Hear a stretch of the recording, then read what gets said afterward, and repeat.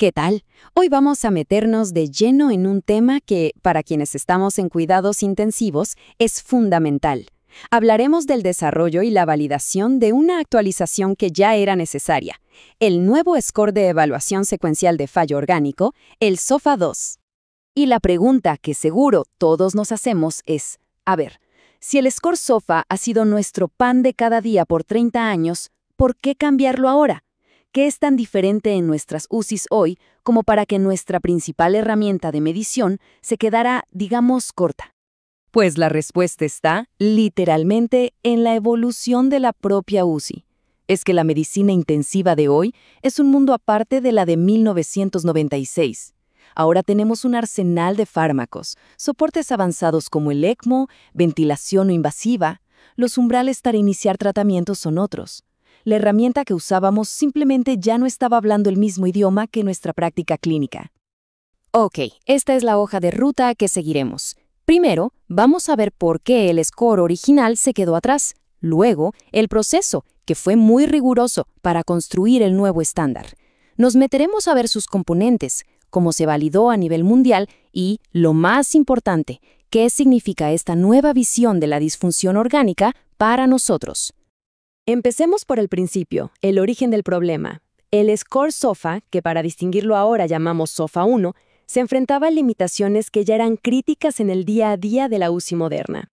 Es que el SOFA-1 no fue diseñado para la realidad actual. No sabía qué hacer con un paciente en ECMO, o cómo puntuar el uso de múltiples vasopresores a dosis que antes eran impensables. Sus puntos de corte ya no se alineaban con el momento en que realmente iniciamos las terapias. Y seamos honestos, ciertas ambigüedades hacían que dos médicos pudieran puntuar distinto al mismo paciente. Bueno, ante estos retos, no bastaba con un simple ajuste. Se puso en marcha un esfuerzo monumental, un proceso increíblemente metódico para crear un sistema de puntuación que fuera relevante, robusto y, sobre todo, global.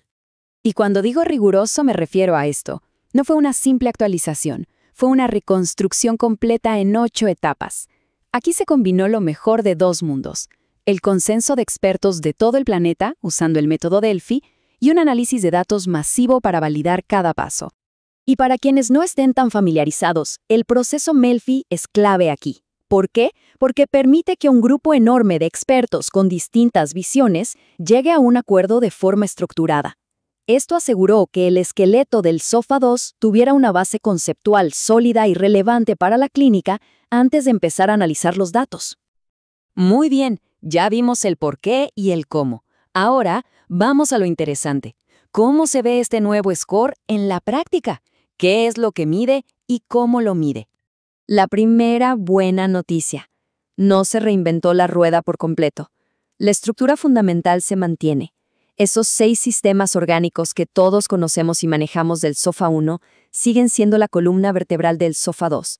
Es toda una base familiar que facilita muchísimo su adopción. El rango total de puntos se mantiene, de 0 a 24. Pero, ojo, la magia está en los detalles. Los cambios reales vienen en las variables y sobre todo en los umbrales, especialmente en los sistemas respiratorio y cardiovascular, que ahora sí reflejan de manera mucho más fiel lo que hacemos todos los días. Una pregunta muy lógica es, bueno, ¿y por qué no se incluyó el sistema gastrointestinal o el inmune? La respuesta es simple y honesta: porque no pasaron el filtro de la validación. Se evaluaron, claro, pero las variables propuestas no mostraron una correlación clara y lineal con la mortalidad. Para mantener la integridad y la utilidad del score, se decidió dejarlos fuera. En resumen, los cambios no son cosméticos. Ahora se incorporan de forma explícita nuevos soportes orgánicos y se ajustan los puntos de corte. Por ejemplo, el score cardiovascular ahora estratifica mucho mejor el uso de diferentes vasopresores, y el respiratorio por fin considera soportes como la cánula de alto flujo o el propio ECMO. Pero claro, un nuevo score es solo una idea hasta que se pone a prueba en el mundo real.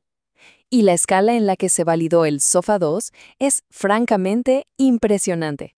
Hablemos de números, porque son contundentes. Todo este desarrollo y validación se basó en los datos de más de 3.3 millones de admisiones a UCI.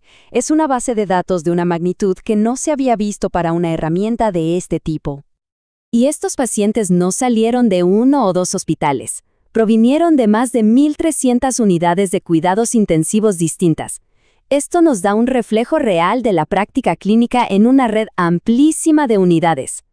Y quizás lo más importante de todo, la diversidad.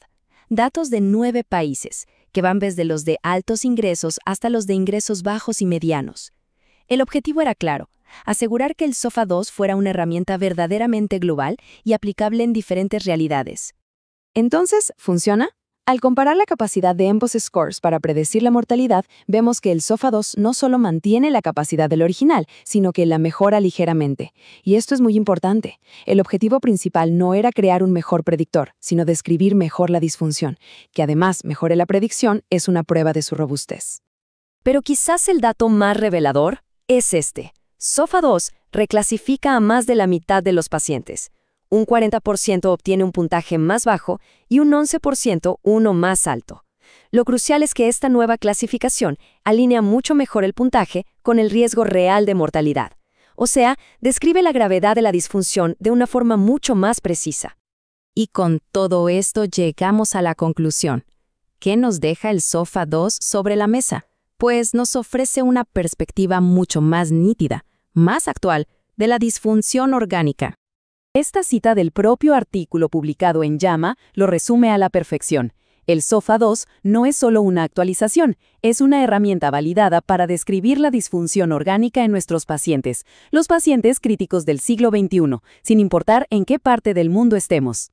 Y por supuesto, como en todo buen trabajo científico, se reconocen abiertamente las limitaciones. La validación se enfocó en la mortalidad dentro de la UCI, no se pudieron incluir los sistemas gastrointestinal o inmune por ahora, y los umbrales se basan en datos del primer día. Esto, lejos de restarle valor, refuerza la integridad del trabajo y nos marca el camino para futuras investigaciones.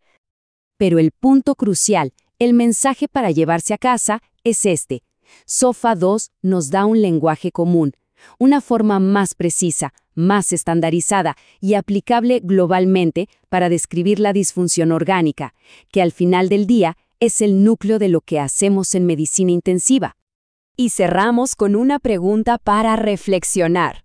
La adopción de un estándar actualizado como este tiene el potencial de transformar cómo hacemos investigación, cómo medimos la calidad de nuestro trabajo y, en última instancia, cómo tomamos decisiones a la cabecera del paciente. El tiempo nos dirá cuál será su verdadero impacto.